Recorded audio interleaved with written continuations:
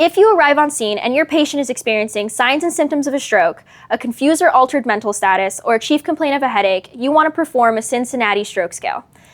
The Cincinnati Stroke Scale is BEFAST. That stands for balance, eyes, face, arms, speech, and time.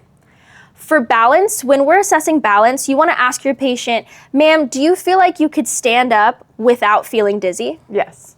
If your patient says no, then they are off balance already. If she says yes, then I'm going to say, ma'am, I'm here for assistance. Go ahead and stand up for me. Okay. If your patient starts to wobble or says that she feels dizzy, have them sit back down.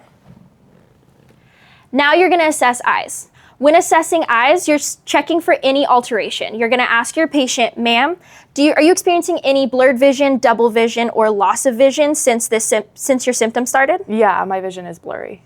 Okay. Next, you're going to assess facial droop. You're going to ask your patient to smile with their teeth. A normal patient should be able to do this. What you're assessing for is if one side does not respond. Next, you're going to assess for arm drift. You're going to have your patient put her arms out straight in front of her, palms up, and have her close her eyes. A normal patient should keep them at equal height. For this patient, her arm might start to droop. That's what you're assessing for.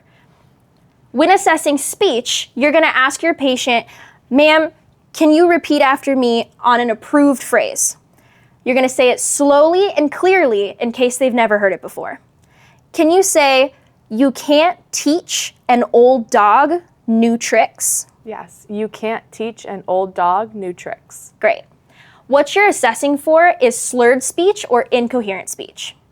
Finally, we're going to assess for time. You're going to ask your patient, ma'am, when was the last time you felt like your normal self? 20 minutes ago? 20 minutes ago.